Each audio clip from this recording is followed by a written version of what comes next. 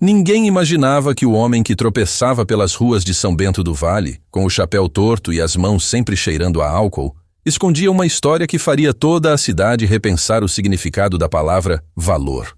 Chamavam-no de bêbado, maluco, sem vergonha. Riam quando o viam falar sozinho na praça, às vezes sentado no mesmo banco encarando o nada. Mas ninguém, absolutamente ninguém, sabia quem era o Sr. José de verdade.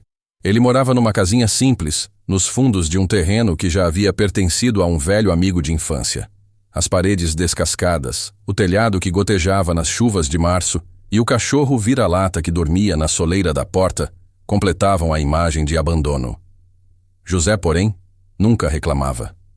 Acordava cedo, fazia seu café preto em caneca de alumínio e saía pelas ruas com um passo lento, o mesmo de quem já carregou muito peso na vida e aprendeu a respeitar o tempo das coisas. A cidade inteira o conhecia, mas ninguém o via de verdade. No bar do seu Agenor diziam: "Lá vai o Zé Pingado pedindo fiado de novo." E José sorria, aquele sorriso cansado que não respondia nada, mas dizia tudo. Ele nunca pedia por pedir, pedia para pagar depois, e sempre pagava, mesmo que demorasse. Durante anos, foi servente de pedreiro. Depois, quando as costas já não aguentavam, passou a cuidar dos jardins da prefeitura.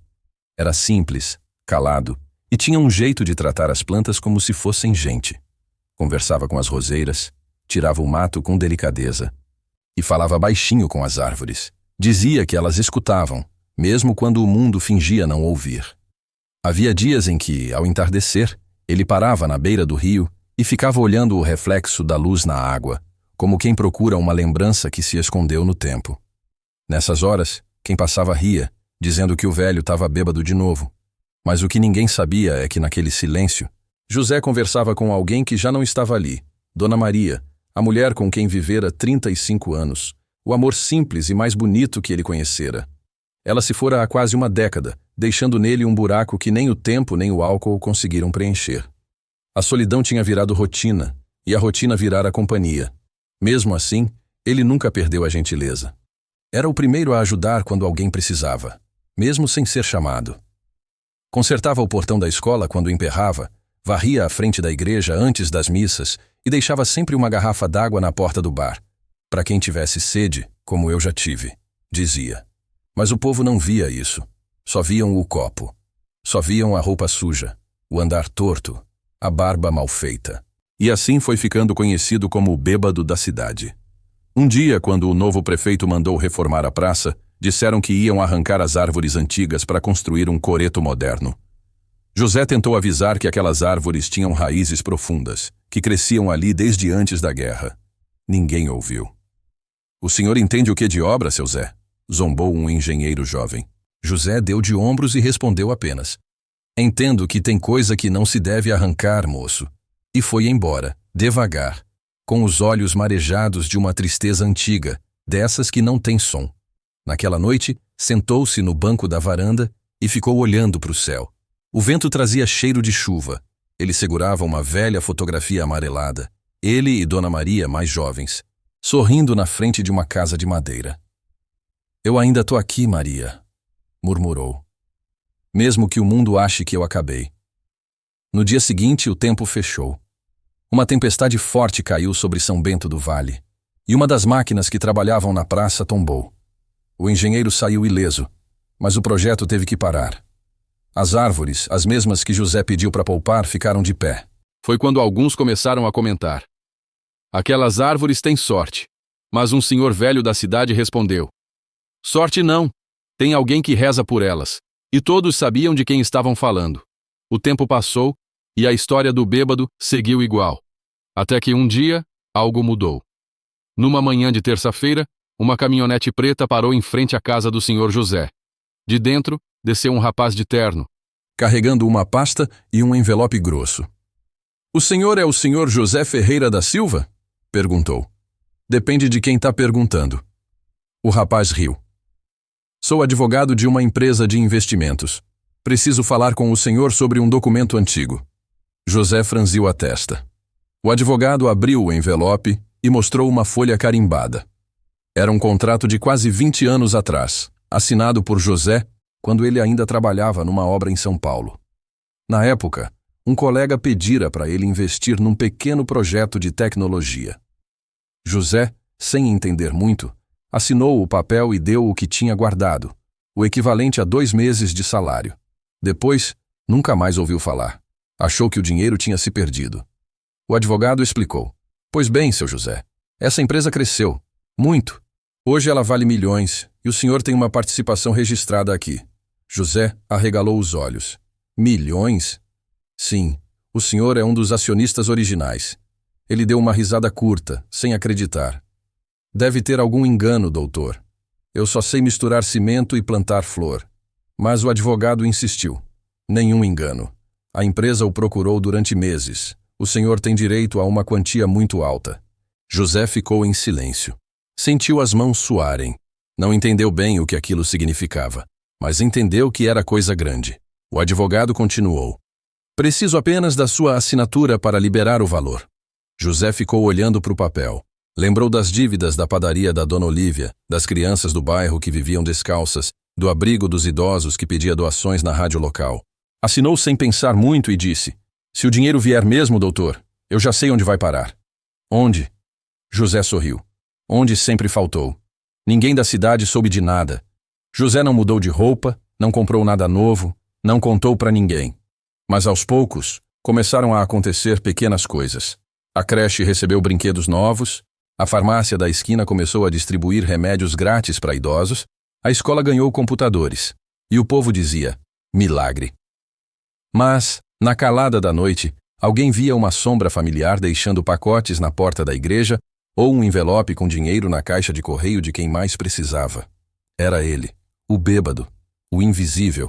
E foi assim que São Bento do Vale começou a mudar, sem perceber que o milagre tinha o cheiro de café e o passo lento de um homem simples, que todos julgavam acabado. Dona Dalva morava 2 casas acima da de José, num corredor estreito onde a luz do fim da tarde entrava de lado, dourando o chão de cimento grosso.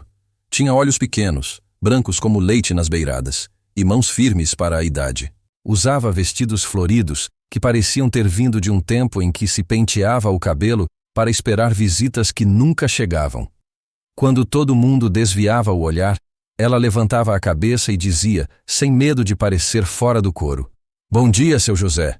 E o seu voltava como um reconhecimento, uma lembrança de que ele era alguém. Eles tinham um pacto silencioso. Às terças, José levava pão quentinho e um punhado de frutas que alguém deixava na igreja. Aos sábados, Dalva preparava um café forte, coado devagar, e cortava bolo de fubá num prato de louça que tinha lascas no canto. Tinham também um jeito de conversar que não precisava de explicação. Ela enxergava o que a cidade não via. O modo como ele recolhia os cacos da praça depois das festas, a forma de ajeitar as flores no vaso da escola, a gentileza de falar com cachorros de rua como quem fala com gente. O senhor fala com as plantas, fala com o bicho, fala com o vento, dizia ela, com um sorriso de canto. Gente que fala com a criação toda é gente que sabe ouvir Deus nos lugares onde ninguém escuta. José dava de ombros tímido. Eu só tento não fazer barulho dentro do silêncio. Quando começaram a chegar as doações misteriosas, o computador na escola, as caixas de leite no abrigo, as cestas discretas na porta das casas onde o desemprego tecia noites compridas, Dalva desconfiou primeiro. Não por desconfiar no sentido ruim, mas por reconhecer o rastro. Tem coisa do senhor aí no meio, não tem? Minha não. Do povo todo. Só tô devolvendo o que um dia faltou na minha panela. Quem devolve sem querer que o nome apareça tem o coração mais cheio do que a conta no banco, José. Ele sorriu sem olhos, aquele jeito que é quase um pedido para mudarem de assunto. A cidade, aos poucos, percebendo que milagres não caem do céu sem mãos por baixo, começou a rondar a figura do bêbado com uma curiosidade nova. Não era respeito. Ainda não. Era uma suspeita interessante, uma vontade de encaixar peça onde não cabia. O dono do bar, seu Agenor, reparou que José ultimamente recusava mais o copinho da tarde. Em vez do gole, pedia água. Em vez de ficar tombado na cadeira, saía com o passo certo de quem tem um compromisso marcado com o invisível. Veio então uma manhã de brisa fresca, e com ela, um rumor diferente. Na rádio, o locutor anunciou com voz grave que a prefeitura recebera uma doação anônima para reformar o telhado da biblioteca. A diretora, Dona Odete, Chorou em público, agradeceu a mão que dá e não se mostra. E, sem querer, lançou uma pergunta no ar. Se a pessoa quiser, venha tomar um café aqui. A biblioteca guarda histórias, e a sua merece uma prateleira. José ouviu isso parado no portão de Dalva, com o bule de alumínio fumegando nas mãos. O senhor vai lá? Ela perguntou. Minha história cabe é nesse café aqui, dona Dalva, e no chão que a gente varre. Ela riu. Cabe também no coração de quem vai ouvir, mas cada coisa a seu tempo. E então ela segurou as mãos dele, como quem amarra duas pontas que o vento insiste em separar. José, prometo que, se o senhor precisar, eu falo por você. Eu falo o que o senhor ainda não quer dizer. Não por fama, mas por justiça. Naquele mesmo dia, ao atravessar a rua com 2 sacolas de mantimentos, José viu Pedro, o menino da vila, cabelo raspado, olhos que guardavam tempestades, brincando de carrinho num canto da calçada. A mãe, exausta, tentava calcular no pensamento qual conta deixaria para depois. José agachou, botou o carrinho de lata para conversar com o carro feito de tampas, ensinou o moleque a fazer uma curva perfeita. O riso de Pedro foi como chuva no telhado seco. Um dia faço um carro de verdade, seu José. Um que leve eu e a mãe para conhecer o mar. O mar cabe num copo de água, menino. Começa bebendo sem pressa. A mãe, constrangida, quis pagar a sacola que ele deixou na porta com algo que não tinha. José tocou de leve o ombro dela. Não me paga nada. Só não perca a alegria dele. À noite, Dalva e José ficaram sentados na soleira, olhando as estrelas pálidas que a cidade insistia em não apagar. Maria ia gostar de ver isso, Dalva. O quê? A criançada correndo atrás de coisa boa. Ela cruzou os braços, abraçando o próprio corpo, como se segurasse uma lembrança para não deixá-la escorrer. Maria continua vendo, José. O amor não desocupa a casa, só muda de janela. Nos dias que se seguiram, a generosidade começou a desenhar mapas. O tijolo que chegou na obra do abrigo por engano, o remédio caro que a farmácia doou porque veio a mais, o material escolar que apareceu no depósito da escola com etiqueta de fabricante que ninguém conhecia. Em cada gesto, um cuidado para que a mão de José não aparecesse. Em cada silêncio, um segredo guardado à maneira dos que entendem que o bem não precisa de anúncio para existir. Nem todo mundo ficou contente. O secretário de obras, um homem gordo nas palavras e magro no coração, implicou com o milagre alheio. Isso é politicagem, disse no almoço de domingo, rodeado de pratos grandes. Querem é ganhar nome. Foi Dalva quem respondeu sem levantar a voz. Nome quem dá é Deus, o resto é apelido. O homem tossiu, fingiu não ouvir, mas a frase ficou ruminando na mesa, como essas verdades que a gente empurra com farofa e não desce. No entardecer, Dalva passou mal. A pressão despencou como roupa no varal quando o vento vira de repente. José correu, pediu socorro, carregou-a no colo com a delicadeza de quem sabe que o corpo da gente é casa emprestada. No posto de saúde, ela acordou, fraca, e procurou a mão dele no ar. Tô aqui, Dalva. O senhor nunca está só, José. E eu também não. A senhora me prometeu que fala por mim quando eu não der conta. Ela fez que sim, com o queixo. Promessa de mulher velha tem peso. E o senhor me prometeu outra coisa, que se algum dia a cidade quiser tirar o senhor do banco da praça, vai responder que senta onde o coração precisa respirar. Ele riu, um riso curto, mas inteiro. Prometi, e não esqueço promessa. Na volta para casa, sob um céu de algodão sujo, José parou na esquina onde o asfalto tem a marca da enxurrada. Viu 2 adolescentes debochando de um homem em situação de rua que dormia encostado no poste. A cena veio como um soco, lembrando-lhe de todas as vezes em que riram dele, chamando-o de coisa que ele não era. Aproximou-se devagar, sem levantar poeira. Moços, quem apedreja hoje aprende a pedir perdão amanhã. E dói. Sai fora, velho. Vai beber. Tô bebendo o que me salva. E apontou para a garrafa de água. Querem um gole? Ninguém quis. Foram embora rindo alto como quem tapa o ouvido para dentro. José agachou, puxou o cobertor até o ombro do homem, deixou um pão e uma banana ao lado e seguiu com o passo do seu tempo. Na semana seguinte, a rádio anunciou outra doação, dessa vez, para consertar o telhado do abrigo de idosos.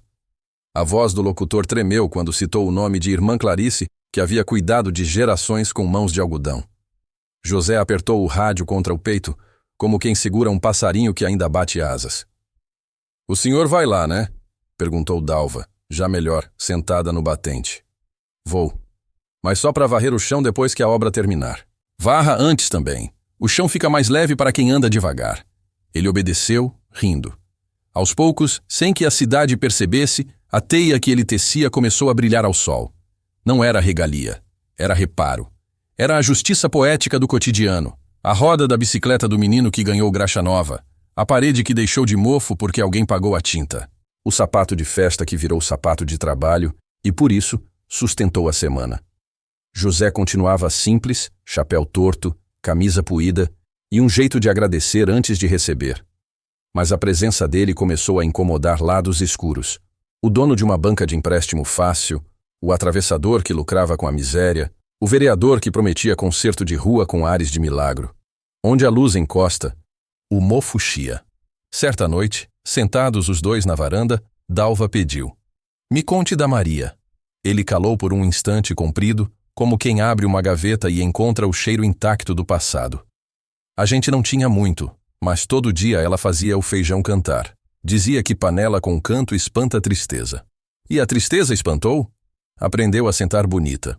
Não foi embora, mas perdeu o direito de mandar. O senhor virou homem de promessa no dia em que ela partiu? Não. Virei no dia em que percebi que a cidade toda tinha o mesmo medo que eu. O medo de ser visto como é. E o que é que o senhor é, José? Ele respirou fundo. Um homem que erra tentando acertar. Então, somos dois. Na manhã seguinte, uma folha de papel foi pregada no mural da igreja. Obrigado, quem quer que seja. Seguiam-se nomes, bilhetes, rabiscos de criança. Entre eles, um desenho de Pedro, um carro indo para o mar, com duas figuras sorrindo no banco da frente. José passou o dedo por cima do traço, sentindo o grafite sujar a ponta do indicador, como quem prova um doce simples. Voltou para casa mais leve. No meio desse movimento, o rumor da caminhonete preta voltou. O advogado precisava de mais uma assinatura, a formalização final para liberar um segundo repasse. José, no portão, ficou olhando o homem como quem observa um rio que passa e não pergunta o nome de quem caiu dentro. O senhor quer que eu deposite tudo numa conta? Quero que uma parte vá direto para o abrigo, outra para a escola e outra para o posto de saúde. O resto, pensou, o resto o senhor põe onde o mundo tiver mais fome. O senhor sabe que não precisa continuar morando aqui, não é? José deu um riso baixo. Se eu sair daqui, quem vai lembrar de varrer o pedaço de mundo que me cabe? E foi nessa mesma tarde, quando o sol começou a escrever faixas de luz nas paredes, que ele parou no portão de Dalva e disse, sem qualquer motivo aparente: Obrigado por me chamar de seu José. Ela ajeitou o vestido como se fosse a cerimônia de um título. Não é título, não. É espelho. Antes de dormir, José sentou-se no banco da praça e olhou a cidade como quem olha um retrato antigo. Respirou fundo, abriu o peito para o que vinha e falou com voz firme, sem testemunhas. Se um dia precisarem saber quem eu fui, perguntem para as coisas que eu não precisei dizer. E você, que me escuta agora, já julgou alguém pelas aparências? Já confundiu chapéu torto com caráter, roupa puída com alma vazia? Diga nos comentários o que pensa disso. Às vezes, é no que a gente diz sobre o outro que mora aquilo que mais precisamos aprender sobre nós mesmos. Perfeito. Aqui está o capítulo final da história do Senhor José, escrito com o mesmo ritmo emocional e estilo cinematográfico do modelo, conduzindo à revelação pública e à moral final. Roteiro: Senhor José. Capítulo final. Naquela semana, a cidade amanheceu diferente. O céu tinha um tom de cinza espesso, e o vento carregava o cheiro de algo prestes a mudar. Dona Dalva estava internada, e a rua parecia ter perdido um dos seus faróis. José ia vê-la todos os dias, levando flores simples, margaridas do campo, porque dizia que flor de cemitério não serve para quem ainda luta para viver. No quarto branco, ele se sentava ao lado da cama, passava a mão nas mãos dela e ficava ali, em silêncio. Às vezes falava de coisas pequenas, do barulho da chuva, da horta que ela plantou, das crianças correndo atrás do caminhão de sorvete. Outras vezes, ficava só olhando o rosto dela, tentando gravar cada ruga, cada linha que o tempo desenhou sem pressa. O senhor está cansado, José, ela disse com voz quase sumida. Cansado não, só aprendendo a despedir devagar. Ela sorriu. Promete que não vai deixar de varrer o mundo mesmo quando eu for embora? Ele respirou fundo. Prometo, Dalva, mas o mundo vai ficar mais pesado sem a senhora para segurar as beiradas. Ela apertou a mão dele com força surpreendente para um corpo tão frágil. O senhor segura por mim. No dia em que Dalva partiu, a cidade amanheceu muda. José varreu a frente da casa dela em silêncio, como se varresse o próprio coração. No portão, pendurou o lenço florido que ela sempre usava na cabeça, como bandeira de quem partiu em paz. Os vizinhos o viram ajoelhado na calçada, as mãos trêmulas, o olhar perdido entre o chão e o céu. Ninguém se aproximou. Era como se todos soubessem que aquele momento não pedia palavras. Na missa de 7º dia, a igreja estava cheia, e pela primeira vez, José entrou e sentou na primeira fileira. Ouviu o padre dizer que há pessoas que vivem pouco, mas deixam pegadas longas. Ele abaixou a cabeça e chorou. Não o choro desesperado, mas aquele que lava por dentro e deixa espaço para o ar voltar a entrar. Na saída, alguém deixou cair uma moeda no chão. José a pegou e colocou na caixinha de doações da paróquia. Para Dalva continuar ajudando, mesmo lá de cima, disse baixinho. Nos dias seguintes, ele voltou à rotina de sempre. Acordava cedo, cuidava das plantas, fazia o café. Mas o silêncio agora tinha outro peso. Às vezes, parecia ouvir a voz dela soprando no vento. Varre direito, José, que folha de alma também voa. Foi numa dessas manhãs, varrendo a praça, que um repórter local se aproximou. Tinha ouvido falar das doações misteriosas que mudavam São Bento do Vale. Queria saber quem era o benfeitor. Dizem que o senhor sabe alguma coisa, seu José. Ele olhou o rapaz com um meio sorriso. Sei sim. E pode me contar? José encostou o cabo da vassoura no peito e respondeu. Posso, mas não sei se o senhor vai entender. Tente. O bem que a gente faz é como o vento. A gente sente, mas não vê de onde vem. O repórter ficou em silêncio por alguns segundos. Depois, escreveu aquela frase no caderno e foi embora. No jornal do domingo, saiu uma matéria. Ninguém sabe quem é o responsável, mas em São Bento do Vale, o bem tem nome de silêncio. Dizem que tem um homem que varre a praça toda manhã. Talvez seja ele, talvez seja todos nós. A reportagem se espalhou e a cidade começou a olhar para o velho com outros olhos. Ainda não sabiam da fortuna, nem das ações, mas já entendiam que o bêbado da esquina era o homem que sustentava o invisível.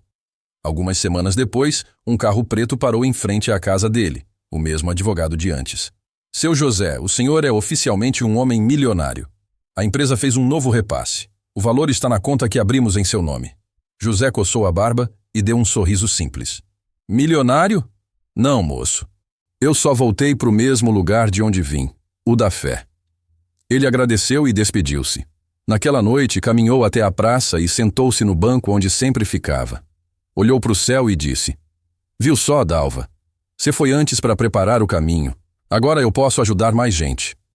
Nos meses seguintes, coisas ainda mais estranhas começaram a acontecer. O asilo novo da cidade recebeu doação integral de reforma. O hospital ganhou um novo aparelho para exames. A escola construiu uma biblioteca e colocou o nome de Sala Dona Dalva. E José continuava igual. Calado, simples, andando devagar, com o mesmo chapéu e o mesmo olhar manso. Um dia, um homem de terno caro o abordou na praça. O senhor podia ter tudo, casa boa, carro, conforto. Por que escolhe continuar aqui? José olhou o homem nos olhos e respondeu com uma serenidade que não cabia em palavras. Porque quem sobe muito esquece de varrer o chão. O homem não respondeu. Foi embora com um aperto que nem sabia explicar. Com o tempo, a verdade veio à tona. O banco divulgou por engano parte da movimentação das doações, e o nome dele apareceu num relatório público. No mesmo dia, os jornais estampavam. O homem que todos chamavam de bêbado era o maior doador anônimo do estado. A cidade parou. O bar fechou mais cedo. O prefeito, envergonhado, mandou erguer uma placa na praça com o nome dele. Mas José não apareceu para ver. Estava em casa, varrendo o quintal. Na manhã seguinte, bateram à sua porta. Seu José, o senhor não vai lá na homenagem? Ele levantou devagar, olhou para o espelho e ajeitou o chapéu. Não, minha filha. A homenagem não é para mim. É para a lembrança de que ainda existe gente boa escondida nas esquinas. No domingo, quando o padre terminou a missa, leu uma carta deixada anonimamente no altar. Não sou santo nem herói. Só aprendi que a bondade precisa de silêncio para nascer. Não me procurem. Procurem o que deixei nas suas mãos. A maior riqueza que um homem pode ter é não precisar provar o que ele é. José Ferreira da Silva. Na segunda-feira, ele não apareceu na praça. Bateram em sua porta. Estava lá, deitado, tranquilo, com o mesmo chapéu ao lado da cama e um sorriso sereno. Partira dormindo, como quem já tinha varrido o que precisava varrer. A cidade inteira parou. As crianças desenharam corações com vassouras no meio. As velhas choraram baixinho. Os homens tiraram o chapéu. E naquela manhã, quando o sino da igreja tocou, um vento leve varreu a praça. Dizem que parecia ter o cheiro do café de Dona Dalva.